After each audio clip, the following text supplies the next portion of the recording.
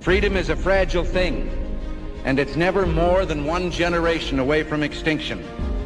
It is not ours by way of inheritance. It must be fought for and defended constantly by each generation, for it comes only once to a people. And those in world history who have known freedom and then lost it have never known it again. What if sometimes to love your country, you had to alter or abolish the government? What if Jefferson was right? What if that government is best which governs least? What if it is dangerous to be right when the government is wrong? What if it is better to perish fighting for freedom than to live as a slave? What if freedom's greatest hour of danger is now?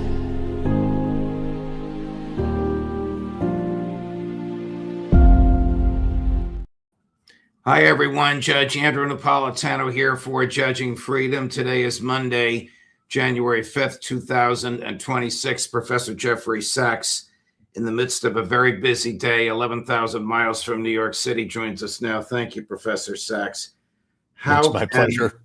How can the United States government possibly justify what happened over the weekend in Venezuela under international law, under American law, or under the United States Constitution? Well, in my view, it cannot. I was just offering a testimony in the UN Security Council. That's why I was delayed, unfortunately, from being with you. This is a gross, reckless, and a dangerous violation of the UN Charter, of international law, and, as you say, of American law and the American Constitution. First, let me point out, in the American Constitution, only the Congress has the power to declare war. Congress has played no role in this. This is a war. The United States has launched a war to run Venezuela. And President Trump has done this by his own personal order.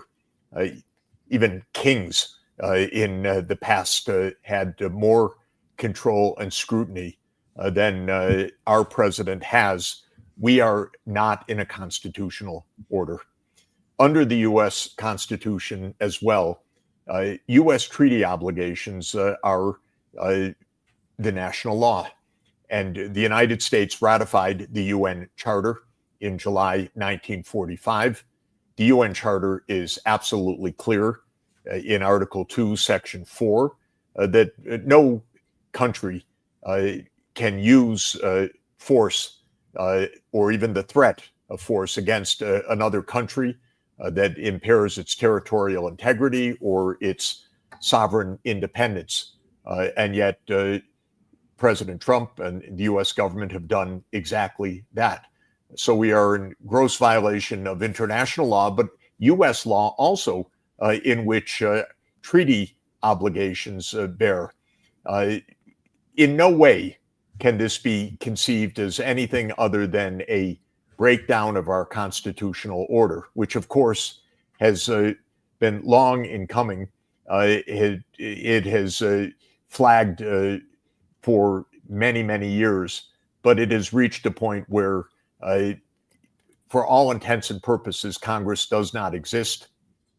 There are no checks on the president. The U.S. has bombed 7 countries in the past year, not one of which had an authorization by Congress, as far as I can recall, not one, and certainly no authorization under the UN Charter for a single one of those 7 countries that the United States bombed. And President Trump, in the last days, just the last days, has threatened 6 countries directly with the use of force. Venezuela, obviously. Iran, saying that they're ready to go against Iran. Nigeria, where the U.S. bombed Nigeria, and Trump has said, President Trump has said, more will come. against Mexico, against Denmark, repeating, even today, as I understand it, though I'm halfway around the world, but from the news reports that I'm hearing, against Denmark in Trump's claim that Greenland, which is part of Denmark, will be ours or is ours, against Colombia. I may have left a country off the list. Cuba.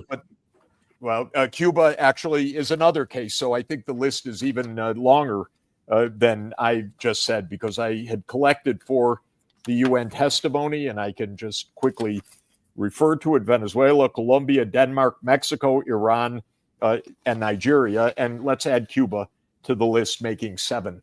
But so I know you have another commitment in a few minutes, and I'm deeply grateful for you squeezing us in, particularly since it's probably already tomorrow where you are. Just a few more questions, and I promise we'll finish. I just got a little bit of we have about 7 more minutes. That's good to know. Yeah. Is the United States now regarded as a rogue state which will use brute force to achieve its hegemony and acquire riches?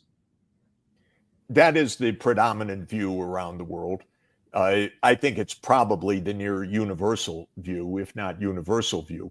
Now, some countries applaud this. A few rogue states. Israel is a rogue state in the same way. Israel obeys no international law or morality.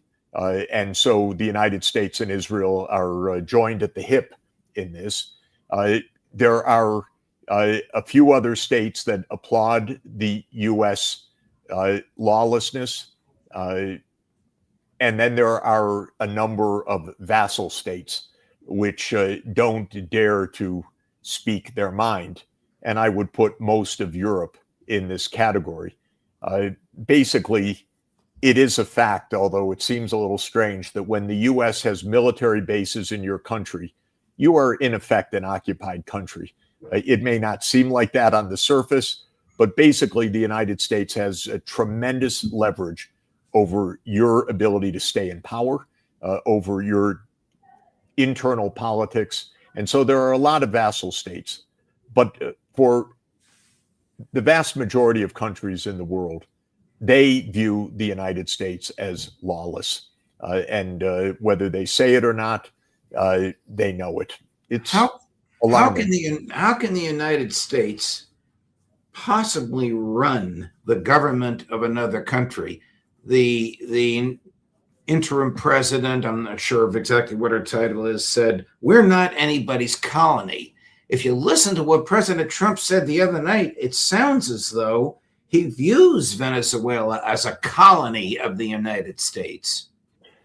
Well, what Trump wants in an operational sense is control over Venezuela's oil. And so the theory in the White House is that by force, quarantines, threats of further force, covert actions, maybe assassinations, because the U.S. government security apparatus does all of these things, that they can basically determine what Venezuela will do, and that Venezuela will hand over its assets to ExxonMobil, Chevron, and whoever else Donald Trump and his circle would like to try to enrich. And indeed, Chevron shares soared today, from what I understand, before the market opened. I haven't checked ExxonMobil and others, but this is the underlying game. Will Trump succeed in this? I doubt it. But the violence and the threats of force are obviously very real. And while you and I speak about the Constitution, and incidentally, when a congressman raised the question of constitutionality, Trump completely sneered at him as if this congressman were whining. Is what's a Congress anyway? But the contempt shown for the Constitution is extraordinary. So when you ask me the question, can the U.S. run Venezuela? Obviously not. How much can the U.S. steal from Venezuela? That remains to be seen.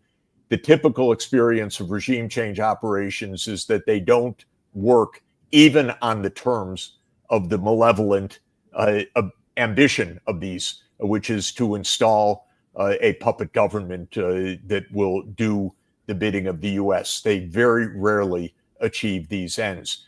We have overthrown many, many governments in recent history. Typically, the result is ongoing chaos. Professor Sachs, I know you have another commitment, and I'm deeply grateful for your time. I hope you can come back with us later on this week as we learn more and more about what the government did and what its plans. Let's do that. Okay. Thank you. Appreciate All the best, Jeff. Thank you so much. Thank you. Bye-bye.